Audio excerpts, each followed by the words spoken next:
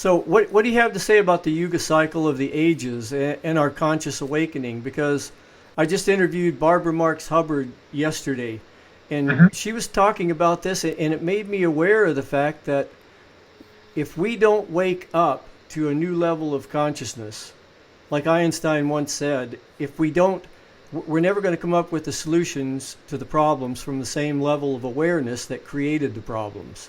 So we have to uh, almost hope and have faith, but it seems like there's a lot of evidence that we are going through a transformation, and even ancient traditions are pointing to this, even from 13,000 years ago. What would you have to say to that? I think that's absolutely the case. We have in ancient traditions around the world, and I've been looking at this very closely, so you have it in every hemisphere around the world on every continent, this concept of if they don't call it the Yuga cycle one place, they call it by something else. Yeah, exactly. And do you see And, it? and you see the same trend, the same pattern, the same concept of essentially going through a cycle, going through, we'll call it a golden age, silver age, bronze age, iron age, going through some cultures will talk in terms of a processional cycle, uh, a yuga cycle, the cycle of the different suns of the Mayan cycle that we've heard so much about. But what I'm impressed by is it's a very similar concept in numerous different ancient cultures. And when you start seeing similarities like that, to me it says that there's probably some real underlying basis. And I'm convinced with my own work on ancient civilizations that there is an underlying basis for that. And you just mentioned 13,000 years ago. There's a lot of evidence that we had very high, very sophisticated civilization, cultures at the end of the last ice age. And these went down. There was a huge demise. There was actually, I think, some kind of catastrophic events at the end of the last ice age. We went into essentially a dark age, and then we came out of it again. But we go through these cycles. We go through these swings in civilization, and I would say not just civilization, but really our mental being, our mentality, our way of thinking, our different mental abilities, if I could put it that way. Yeah, and this new consciousness seems to be dragging some of us kicking and screaming, but towards Yeah. an idea of oneness, which is in direct conflict with ego personalities and the idea of limitedness and resources and fear and setting up territorialness. All of these old ideas are trying to fade away, but at the same time they're trying to grab hold. And unfortunately, they have the military behind them and governments. But as Yeah. we enter into this new age, it seems like there's something awakening underneath the fabric of space and time. There's a consciousness coming through. It almost reminds me of, have you ever seen these plates of sand with a speaker underneath it, where Oh, they, yes. And it breaks it up into a mandala, and it it, feels like there's a vibration coming through and breaking down old ideas, old governments, it's obviously collapsing. But oh, yeah. within that, there seems like something new. Yeah, and what I would say there is that this is very difficult, I believe, when you have a turnover of an age. I've spoken to a lot of people about this and looked at it, and I think a lot of times when you have a new concept, new idea, new mentality, what I'll call the turnover of an age, there is a lot of resistance to that from the status quo, from the conventional status quo that has vested interest in the old way of thinking, the old order of being, the old society. So they kick and they scream, they fight against it. So there is a lot of resistance, but I think that ties right in with the very concept that there is something new coming forward, something new developing.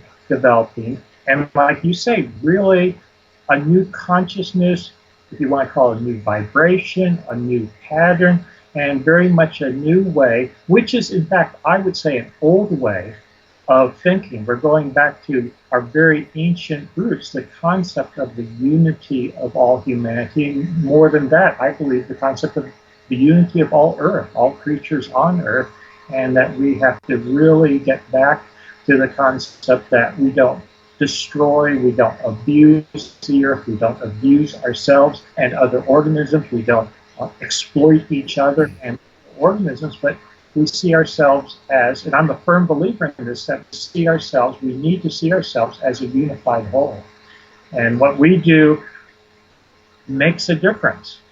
And it really makes a difference. I believe that even what you think, it's this concept that everyone's an individual, the old way of thinking, and you don't influence other people, you don't influence other aspects of the world or the universe. I think that's wrong. There's lots of actually hardcore scientific evidence now that your very consciousness, your very thoughts have an influence, have an effect.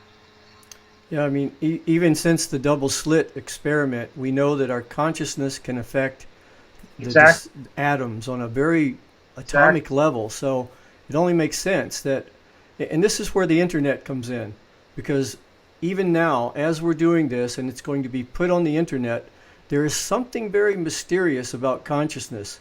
It seems to take part and participate in anything that has the possibility of organizing itself in a coherent, translatable manner. And I think the more we can discuss these things and get them out on the internet and start talking about them, I think it has a subtle effect on that underlying consciousness of the mass of people that are still watching CNN and Fox. Yeah, and entertaining themselves and being fed, I hate to say it, by a bunch of status quo conventional thinking, which is trying to self-perpetuate. And we really need to change that. I have come to the conclusion that I'm trained very much as a scientist, as a classical scientist, a classical academic. I have a PhD in geology and geophysics. And I have come to the conclusion, as many other scientists who have really looked deeply into these issues, that ultimately what is sort of at the bottom, what is the foundation of everything, and it's consciousness, it's thought, it's pattern, it's order, it's information. I think these are all variations, if you would, on the theme, but ultimately it's really consciousness that is underlying what we think of as a universe, what we think of as a material world. And this is a very different view, I believe, than the classical mechanistic, materialistic viewpoint that views animals, it views the planet, it even views other people as just material entities that are interacting with each other. So I think we have really two major opposing, competing worldviews, and they are in conflict right now, and I know which one I support and which one I believe is really the worldview that, should we say, conforms to ultimate reality, and that is that consciousness really comes before everything else. Well, as a scientist, I'm sure you're familiar with the chaos theory. And right now, it seems like we're in that chaos theory with two systems, the old and the new, trying to reform, with the old trying to restabilize itself. But that's a little bit like being 8 months pregnant and trying to change your mind. Right, exactly. We're not going back. We either have to give birth to a new consciousness and a new world, a reality, or we're going to break down in chaotic mess. I think that's correct. And going back to ancient times, I think this has occurred before, that there have been these changes, there have been these turnovers, should we say, in thinking and mentality and change in consciousness. And I believe that's one of the lessons, if you would, or something that we have to understand when we talk about things like the Yuga cycle and the concept of world ages, and this very ancient and universal belief that there are world ages, there are changes, major changes from time to time, and mentality and thinking and emphasis and technology that goes with that. So this is, in a sense, something new for us, but when you look at thousands and tens of thousands of years, I believe it's happened before. Yeah, I believe it has too, Robert. And I wrote a book about the social and neurological consequences of belief systems. Mm-hmm. And while I was writing that, I did a lot of research and interviews with rabbis and biblical scholars, and almost all of them says the same thing. Once you get to a certain academic level, down below it's unpredictable, but up here they all agree that it's a story that's been vastly misinterpreted and locked in, because most of our Judeo-Muslim Christian religions are based upon an Iron Age belief that may or may not have happened, and they haven't grown. And this is why it seems like science and religion are hitting a wide gap now, because religion is hanging on tight to dogma, where scientists are going, okay, this is what is, but maybe this is what could be. And scientists are always up for peer review, which this is one reason why I really admire what I've been following you for years. Oh, thank you. Being an academic and having the courage to go out and question even the woo-woo stuff that they talk about, but question it at least to see if maybe we have this wrong. I mean, our whole world is based on beliefs, but what if they're wrong? What if they're wrong? And it seems like they are so diverse and so conflictive and out of touch with what we know about the physical sciences now. It's starting to have a dismantling effect on world religions. Yeah. And I see the ones that are reforming with a more scientific view. Yeah, I think really people talk about the split or division between science and religion. And to me, when you get at that higher level, that deeper level, however one wants to express it, you find that no, in fact, there is a lot of commonality, and ultimately, there's not this dogmatism. I eschew that dogmatism. We don't need that dogmatism. And also, you mentioned peer review. Peer review, in so many cases, I believe, in the sciences, yes, it serves a certain function, but it also serves a gatekeeper function, where who are the peers? They are the ones that are supporting the status quo and the dogmas of science. I mean, people talk about dogma in religion. There's just as much dogma in science. Yeah. That's something we really need to move beyond if we're going to make progress. This is where the courage comes in, because now you're up against grants and loans and tenure and all this stuff that's coming from these nonprofit organizations that are traditionally really conform to the old paradigm, and they tend to only, you probably know this better than I do, they tend to give money to that which supports the old paradigm, the old regime. That's absolutely the case, and that's actually something I go into some detail in my forthcoming book, Forgotten Civilization. I actually talk about this quite a bit, because I have felt this personally very much. I bet. That if the safe way to play it in academia, in scientific academia, actually any academia, is to go with the paradigm, and you just make real incremental improvements, if you would, on the paradigm. But you certainly don't buck the paradigm. You certainly don't look at anomalies. You certainly don't do anything that will fundamentally change the status quo. And so it's a real issue. It's a real problem. Right. Yeah, and I do see that even in the science view, like even evolutionists. I've talked to evolutionists that seem to be locked into this rigid dogma of evolution, and they seem to leave out the fact that there is a missing link. I mean, something happened really quick, like between Homo erectus and Homo sapiens, and there's a gap there. So I'm going to just go ahead and ask you this, okay? Yeah, no, there's all kinds. I want to say that there are so many anomalies in science. There's so much left out, and I find this all the time. And textbook science. Well, textbook science is textbook science, and they leave out the anomalies. They leave out the questions, and they make it sound like it's all, settled, and that's that. And it's when you really get into it, it's not true. So, tell me, Robert, how do you feel about? I'm sure you're a dedicated researcher. Are you willing to take this research back not only to the Sumerian culture, which seemed to pop up, but even further back to the possibility of extraterrestrial intervention, like the Anunnakis and all of that? Well, that's a tough one. I mean, I honestly, I'll tell you my biases, which is that's not my bias to go that way. I tend to be inclined to look at Earth first. On the other hand, I will say bluntly, there's good evidence and the evidence points that way, I'm not going to dismiss that. That would go against the grain of what I believe. And ultimately, what I believe is that we have to follow the data.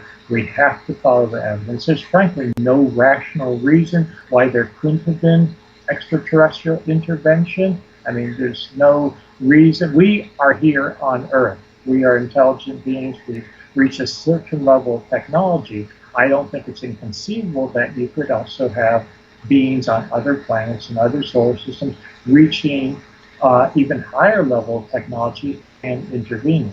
But on the other hand, I want to be clear that I haven't gone there yet because I have not yet personally been convinced that the evidence needs to go there. Mm-hmm. But I'm not going to dismiss the possibility either if I am convinced by the evidence. Okay, so part of your theory is the solar plasma theory, which wiped out previous civilizations. And right now, let's face it, we are so technologically dependent right now on satellites and everything. Even a solar flare could take us way back. So tell me a little bit about this theory. Yeah, well, basically, there's a lot of different issues here. One thing, I'm a geologist, and one thing that has always been a problem, and when I was a graduate student at Yale back in the late 70s, early 80s, no one had the answer to how do you have ice ages come and go, the very sudden changes. And back then, we thought sudden geologically might be centuries or thousands of years. Now we know that the changes, these huge climatic shifts, are even quicker. So, for instance, the last ice age ended about 9,700 BC. That's the best dating. That's the dating I prefer to use, based, and I won't get into why, but based on the geology ice core sediment cores. And we know that it basically snapped out the last ice age within 3 years.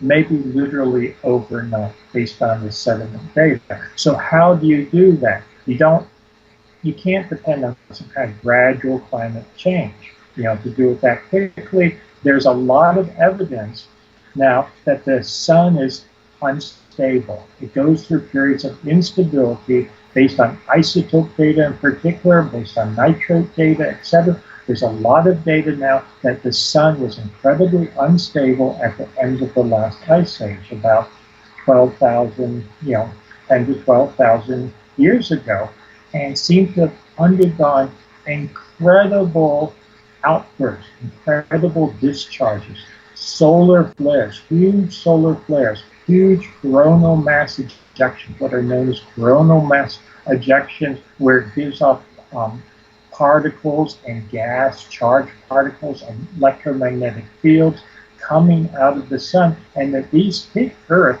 with incredible magnitude, would have heated up the atmosphere, literally in some cases probably would have been like huge lightning coming down on Earth. This, I believe, was a mechanism that would melt the glaciers very, very quickly, would put a lot of water into the atmosphere, would cause a lot of precipitation, that would cause increased melting, change the climate very, very quickly. It actually would cause erosion, I believe maybe even erosion on the Great Sphinx that I've documented, and to that much earlier age. So much different situation than we see with the relatively stable sun today.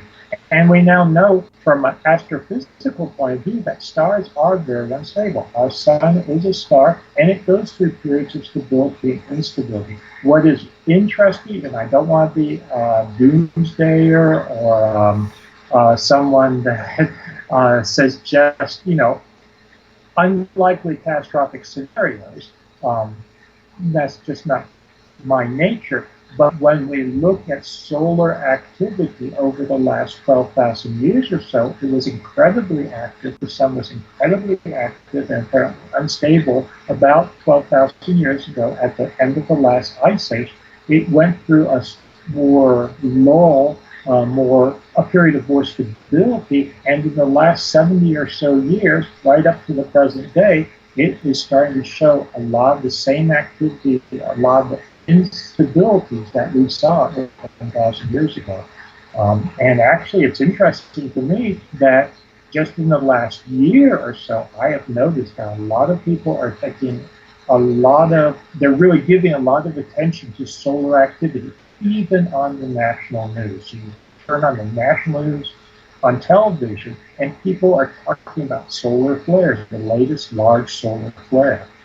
And we now, as you mentioned, have a modern society built on electronics, built on electricity, the electrical grid, and a major solar flare, much less anything like we saw at the end of the last ice age, could really be devastating to modern society.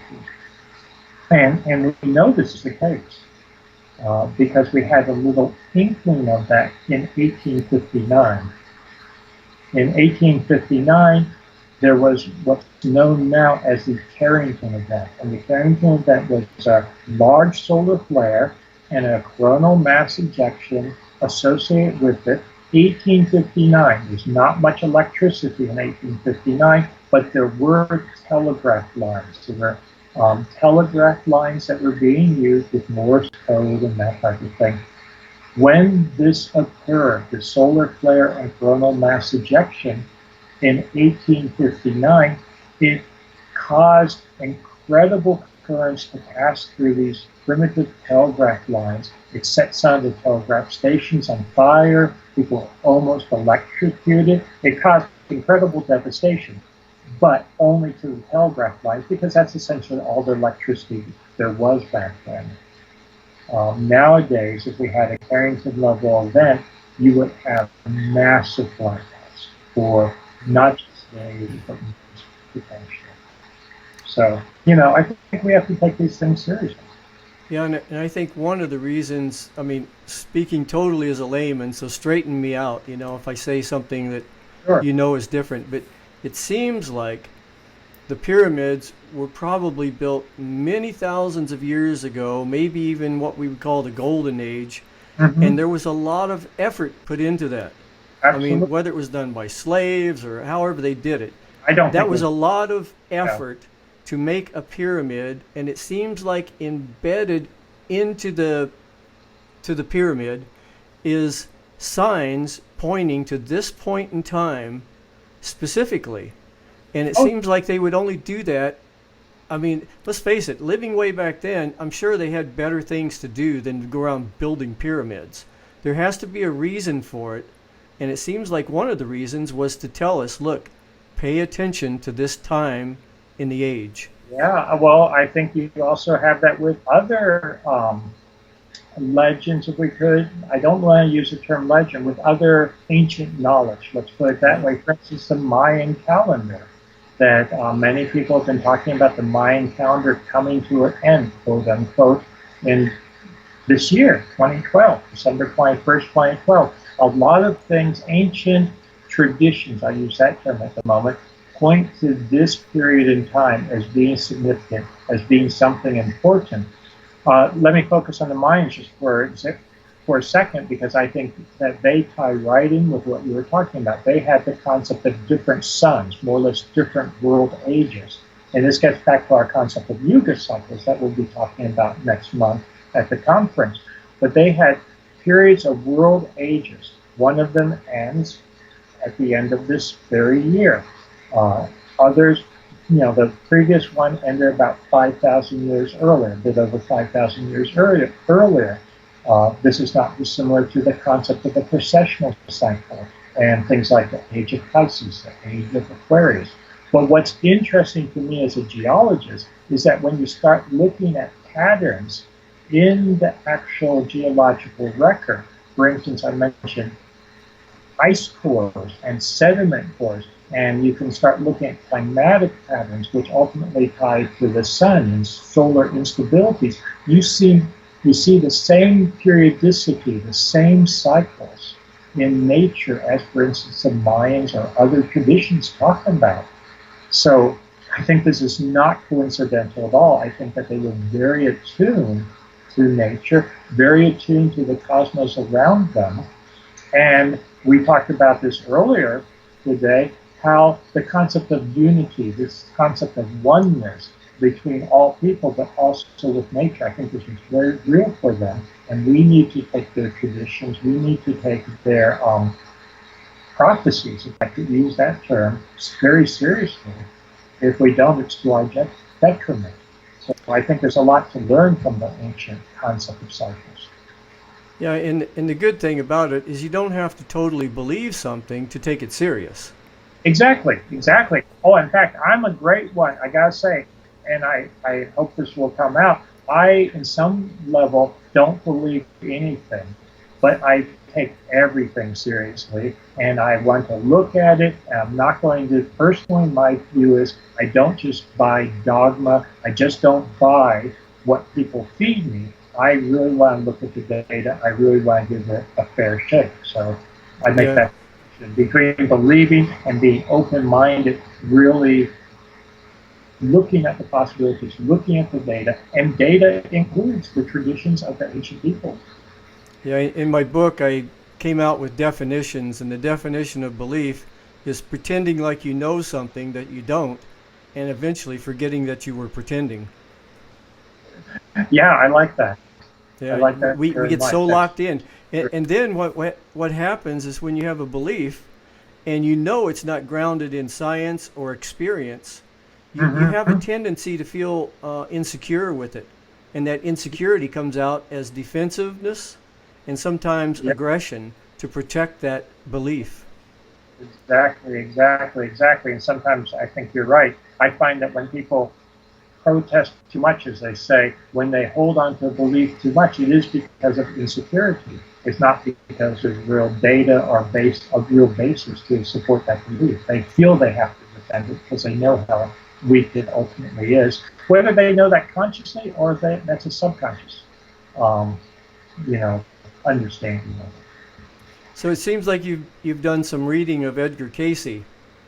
So No, how do you feel about some of his predictions? Didn't he predict that there was a chamber underneath one of the yeah, shoulders of the I Sphinx? actually got involved. I got involved with Edgar Casey on a personal level back in the early 1990s because when I was working on the Sphinx, and in some circles, I'm best known for my work on the Sphinx. Right up to this day, I, in the early 1990s, was working with John Anthony West, who some people may know, sort of a rogue Egyptologist, and I was brought in initially as a geologist to look at the Sphinx, to look at geological techniques that could date the statue, which there's really no independent Egyptological evidence to date it. And there's no inscriptions that say it was built at such and such a time. And, Egyptologists classically thought it was about 2500 BC. Bringing in my geological expertise, I've been able to demonstrate, and this was 20 years ago now, that the Sphinx, the core body of the Sphinx, goes back to a much, much earlier period. Initially, I thought maybe 5000 BC. Now I'm thinking maybe even the end of the last ice age. Um, but it's much earlier than dynastic Egypt, much earlier than it's supposed to be based on conventional Egyptology, based on conventional historians' point of view. So that gets back to the chamber and Edgar Casey, because Edgar Casey, it turns out, suggested that the Sphinx and the pyramids actually go much further back in time than Egyptologists, conventional Egyptologists, acknowledge. He suggested they might go back to 10,500 or so BC, which is in fact the end of the last ice age. He tied them with Atlantis, or at least survivors of Atlantis. He also suggested, Edgar Casey suggested in one of his trance states, we got this information, He's really one of the great psychics, of course, of American 20th century. And he suggested, or he relayed information that there was a hall of records, Atlantean records, somewhere in the vicinity of the Sphinx. I actually did not know this. At least I had put it out of my mind, if I did know it at the time, in the early 1990s. A fellow geophysicist named Thomas DeBecke and myself did seismic studies around the base of the Great Sphinx. What I was looking for was more independent, corroborative evidence to confirm my dating of the Sphinx, which in fact further time. I wanted to look at subsurface data for mineralogical changes that I could use to help date the Sphinx. And we collected a lot of data. It was very successful. It confirmed my earlier scenario, my hypothesis. It confirmed my hypothesis based on other data that the Sphinx goes back much earlier. And this has withstood the test of time for the last 20 plus years, and we've got more data to support that. But when we were doing that seismic work, we found, lo and behold, a chamber on the left paw of the Sphinx.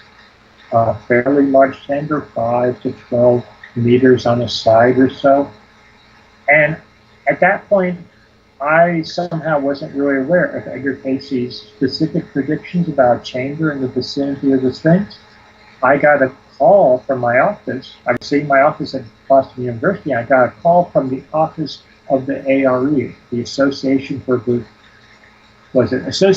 Research and Enlightenment, essentially the Edgar Cayce Foundation down in Virginia Beach, Virginia, and they had heard about my work. I published it. I was not, hiding the work, and they wanted to know about this chamber, and they informed me, well, yes, Edgar Cayce had prophesied, had predicted that there should be a chamber there. Now, when I start looking into it, he says it's a little ambiguous exactly the way he said it. He talks about the right paw of the Sphinx, if I remember correctly. But if you face the Sphinx, it is the right paw. It's on the right side. So I wonder if he was thinking in those terms, because if you put it in context, he's sort of saying, well, when you view the Sphinx, and he talks about from the Nile and the shadows. So we may have even gotten the correct paw.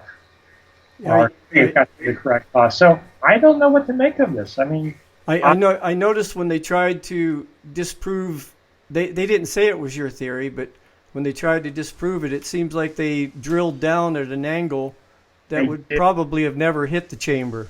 Absolutely did. That's very perceptive to you. You can see it somewhere. I've seen it on YouTube. You've got Mark Lehner and Zahi Hawass. I think this is what you're referring to. Yeah. They're standing by the paw. They're standing by the left paw. They're drilling down at an angle which is sort of guaranteed not to hit it. Because, they missed it. Where would you like to go from here? What would you like to cover?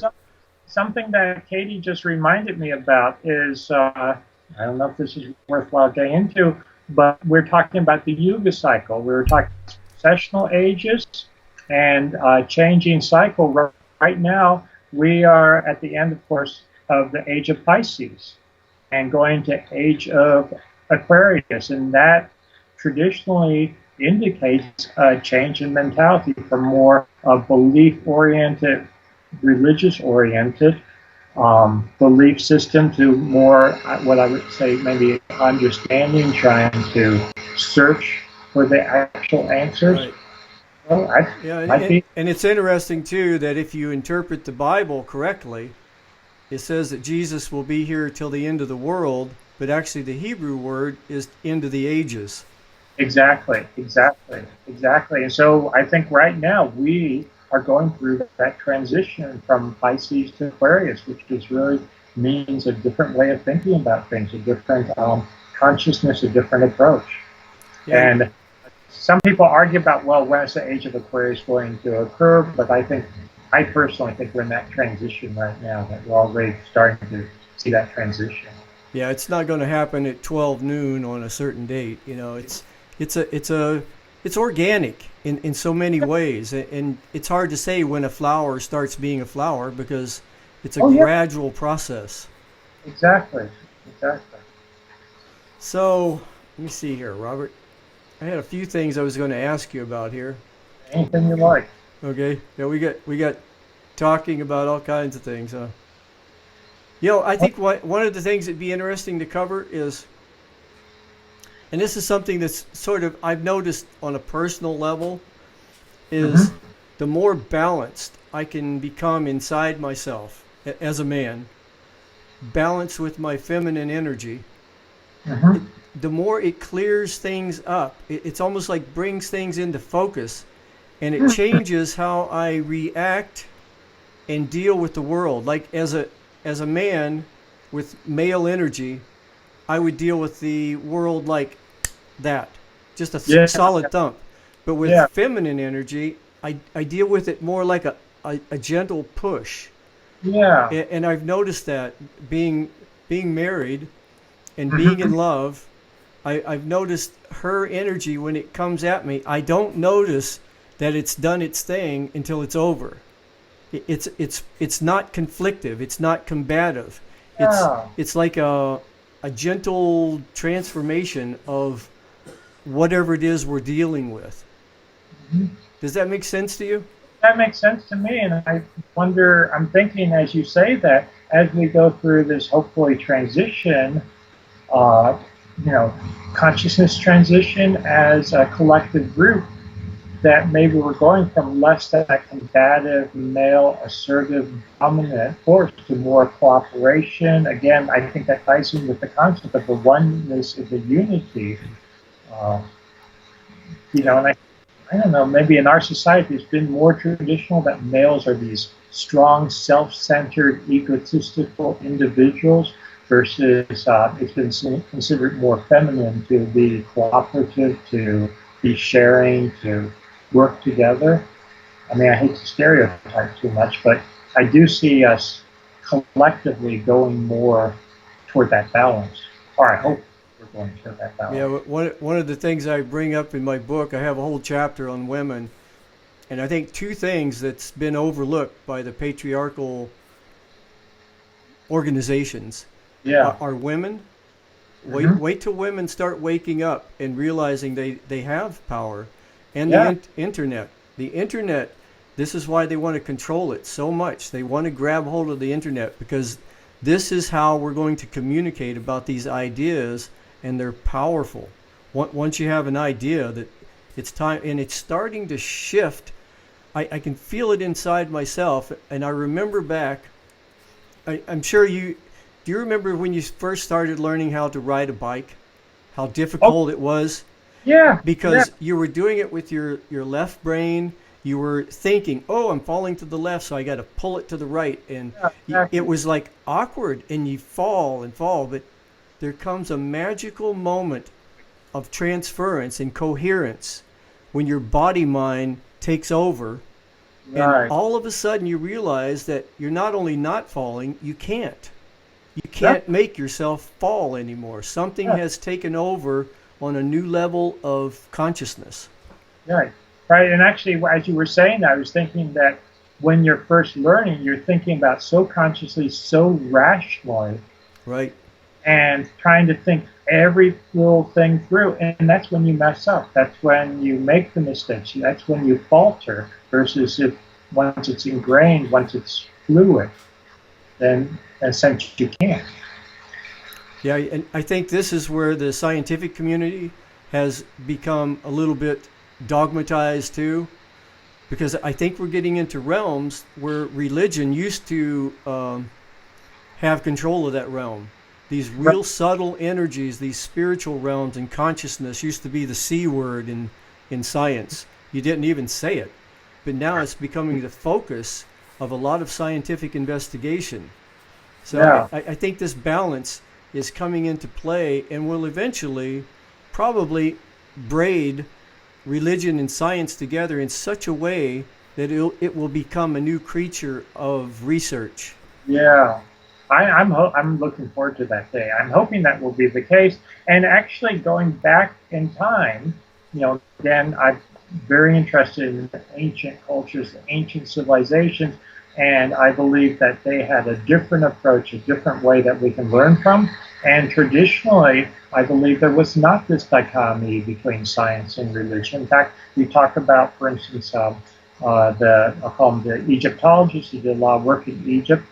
Schwaller de Lubitsch, he talks about the sacred science, whereas for me, when I was being trained as a classical academic scientist, to talk about sacred and science, I mean, you didn't even combine those two concepts. I mean, that they were antithetical versus this whole concept of combining them. I think is really what we need and what we had in previous world ages, and really different mental apparatus, a different approach to it, which we need to regain. Yeah, I'm going to take us probably way off the track here for a second, but something that's interested me lately, and this started with a few trips to Bolivia and Brazil. I took ayahuasca, took that journey using plants, Then I remember in a conversation with Fred Allen Wolf, he talked about the fact that was the main source of him going from a rigid quantum physicist into these other realms, is because it opened up some doors of vision. And lately I've been listening to Graham Hancock and Terence McKenna. I mean, Graham Hancock, it's changed his whole outlook of what life and reality is about. And it seems to me that my few experiences with ayahuasca took me and put me in touch with the mother nature, the organic nature, and I realized at that point that the world, it seems like we've lost touch with the mother nature of Gaia, the world as a living organism, and it appears like we've not only made shamans illegal, you can actually go to prison for doing some of the things that shamans do, where ancient cultures, they were revered, and the culture, the tribe, totally depended on shamans taking sort of some of these plants, whether they were mushrooms or ayahuasca, and going into these other realms and bringing back new information for their evolution in creating their societies and even medicine. What do you feel about that? Well, okay, there's two comments. I actually have become very interested in shamanism and have been looking into it on many levels. I've actually been looking at, most recently, a lot of the ethnographic literature, for instance, and talking to people and trying to experience things. Just as a side note, I mean, I'm an academic. I almost feel like I'm so much of an academic, but I actually have a degree in anthropology, among other things, at undergraduate level. So this is not something that's new, sort of a new interest for me. But I have great respect for shamanism, and it does seem to be a tradition that goes way back. What I was going to say is that the classic shamanism, at least where we've derived that term from now, is from really the Tungus region, the Siberian, Mongolian, China, that region. And it's very interesting that a lot of those shaman experiences were actually done, and it's a little bit more difficult to do perhaps, but done without any kind of plants or any kind of intoxication in the sense of ingesting something or taking something in. In fact, they were done in many cases totally by will and consciousness, and things like attuning to the earth itself, something that I've become very interested in is Schumann resonances, for instance. And I believe a lot of the shamans traditionally, they were able to attune themselves to the Schumann resonances, which is sometimes referred to as the heartbeat of Earth. And actually, I think that, and I don't want to go off on too many tangents here, but for instance, some telepathic experiences, some shamanistic type of experiences are actually, again, I'm an academic, I'm a geophysicist, among other things, are actually carried on Schumann frequencies. And our brains are actually attuned to Schumann frequencies. And to, when I say Schumann frequencies that go with those frequencies, it's also been found, for instance, getting back to ancient sites and ancient cultures, that some of these sites now, work is being done with sound and resonance, and that many of these sites they will resonate at just the right frequencies to affect mental abilities, to affect psychic abilities. You find this, for instance, in the Great Pyramid. You find this possibly at this very, very ancient site in Turkey, Göbekli Tepe, that goes back to the end of the last ice age. So many of these sites, when you start experimenting with them, and a lot of traditional archaeologists, they don't even want to talk about this, but they are doing things, I believe, they were being used as a way to carry the mentality, to carry consciousness. They were essentially vehicles to reach higher, what I would call higher states of consciousness, altered states of consciousness. Yeah, this could be what's behind some of the tribal dances where they dance for 24 hours. And absolutely. I mean, even the sarcophagus in the pyramid, since there was no bodies in it, it makes you wonder, like, was there a vortex of energy there that would transport your consciousness to another place? Exactly. So, for instance, a lot of tribal dances and whatnot, I believe that the beats in them, the patterns in them, are actually Schumann resonance patterns, beats that are in sympathy with that. And there is a certain aesthetic, but that aesthetic ties in with the natural patterns. I have no doubt, for instance, the sarcophagus, I refer to it as the coffer in the Great Pyramid, that it's not a sarcophagus. No one was ever buried there. I think there's a lot of evidence that really the function of the Great Pyramid was, among other things, ritualistic.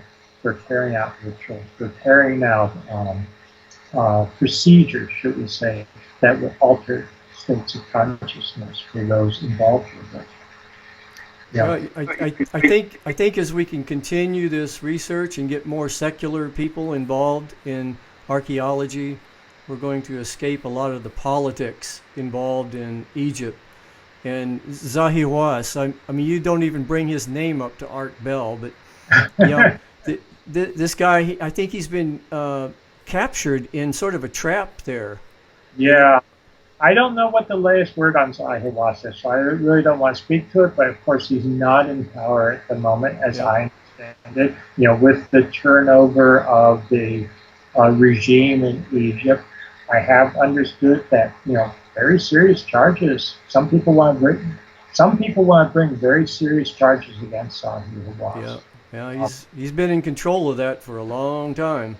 Exactly. I'm hoping that, now that there's a change in regime, change in administration, that we might be able to open up a little bit again, do things that we haven't been able to do for the last 10 or 20 years. Because there's a lot of important research in Egypt, and it's more than just digging up another new kingdom tomb. I mean, I think there's very fundamental research that needs to be carried out, even if it's unconventional by status quo standards. Yeah, it's funny, what brought the regime change about was basically young kids. Yeah. They just showed up. That's all they did. They showed up and communicated like this. And the regime they spent millions of dollars trying to control it, couldn't. They ended up getting in touch with their parents and getting all their parents to try to talk to your children because they're being misled. Well, the parents got involved and the kids said, hey, here's what's really happening. Then the parents stayed. So I think we really need to start listening to the younger minds, because I think we forget that even Jesus was like in his mid-20s when he started teaching. Buddha, all these great teachers were really young when they had their aha moments and set out to change the world. But yet we're sort of stuck with all these old ancient politicians that, I don't even want to go into it, but it seems like they're so out of touch with the transformation that is in process right now. Right. Well, I think what you said ties right in. The longer they're in power, the more they become status quo, the more vested interest they have in the status quo, in things as they are today. I find this not just among politicians, well, maybe everything's politics, but among scientists, the more vested interest they have, the longer they've spent their career supporting a certain paradigm. Right. It's only logical. The more they have vested in that, and they don't want to let go. They do not want to admit that what they've been doing for years might not quite be the truth, might not quite be reality. This is the importance of breaking down our beliefs, dismantling them, and seeing the eyes through the eye of a child. Like in Zen Buddhism, they talk about this, the beginner's mind, because if you have in your mind, I'm sure as a scientist you've run across this, once you set up a networking cognitive process of believing a certain vision, a certain way of seeing the world, what happens is we get attached to it, and then the filtering process comes in, and you start filtering out anything that conflicts with it, and it's all done unconsciously. Now all of a sudden you really believe what you're talking about because your whole world believes that way. And you can say, look at all the evidence, but you don't realize that you've filtered out all of the conflicting evidence. Mm-hmm. Yeah, exactly. So keep that in mind with the extraterrestrials, okay? I do. And that's why I say, I actually consciously try, now whether I'm always successful or not, but exactly what you said, I try to consciously always say to myself, what are my biases? What evidence might I be filtering out? Where might I be going wrong? Are there things that I'm missing? And I really do try to be open to things. So, like the extraterrestrials, I want again, I'm open to it, but far, it's just a possibility. Yeah, exactly. But I haven't personally been convinced that we have to go there yet. Follow the evidence. Right, exactly. Well, listen, Robert, I could sit here and talk to you all day. I agree. I think maybe we could follow this up in Nevada City. Yes. The Youth Cycle Conference. Yep. And I don't know, can I put a plug in for my website? Or? Absolutely. But do that. I was going to say I have a website, personal website, www.robertschoch, and it's spelled ROBERTSCHOCH. My last name is SCHOCH, because I mention that because a lot of people misspell it. They want to put a K on the end. So www.robertschoch, all one word, .com. And if people go there, they can read about me. They can find a link to my forthcoming book, Forgotten Civilization, where I actually talk about a number of these issues that we've touched on, or I touch on them in the book. And I think it's very important. One thing I try to do in the book is really break down paradigms. I talk about the whole concept of paradigms and ancient civilizations and the status quo approach versus the new approach. I also talk about a lot of new developments in science that tie in with the importance of consciousness underlying everything. So I think a lot of good material people will enjoy. Yes, Cynthia Fowlis from Inner Traditions got a hold of me and told me, she said, you're going to have to read this book. So I'm first on the list to get a book. Oh, there you go. Great. Excellent. Yeah. I'm glad to hear that. And the conference, the Yuga Cycle Conference, I hope that people can make it. I'll be speaking there, a number of other speakers. It's going to be a great place to really talk to people about this who are open to it, who are not closed-minded. And this is what we need to do, I think, is really start getting this movement really going, both through the internet, by personal interactions, by promoting and supporting things like Nanda College and Expanding Light, and really get this going. We are moving, I have no doubt, we are moving into a new age, a new transition, a new cycle, however you want to say it. The Yuga cycle, we are experiencing that change right now. And so I hope people will participate. And we are the change. I hope so, yeah. All right, Robert. Listen, tell your wife it was nice talking with her, and I look forward to meeting her and introducing you to my wife. Yes, we likewise. We look forward to meeting. Yeah, and keep up the good work. Thank you. It's people like you on the front lines of the academia, that are willing to transgress those boundaries. This is what we need. We need to push those boundaries away now, and look into these realms. Thank you. I appreciate that. And I agree with you. All right. You have a nice day. Okay, you too. All right. Take care. You too. Thank you.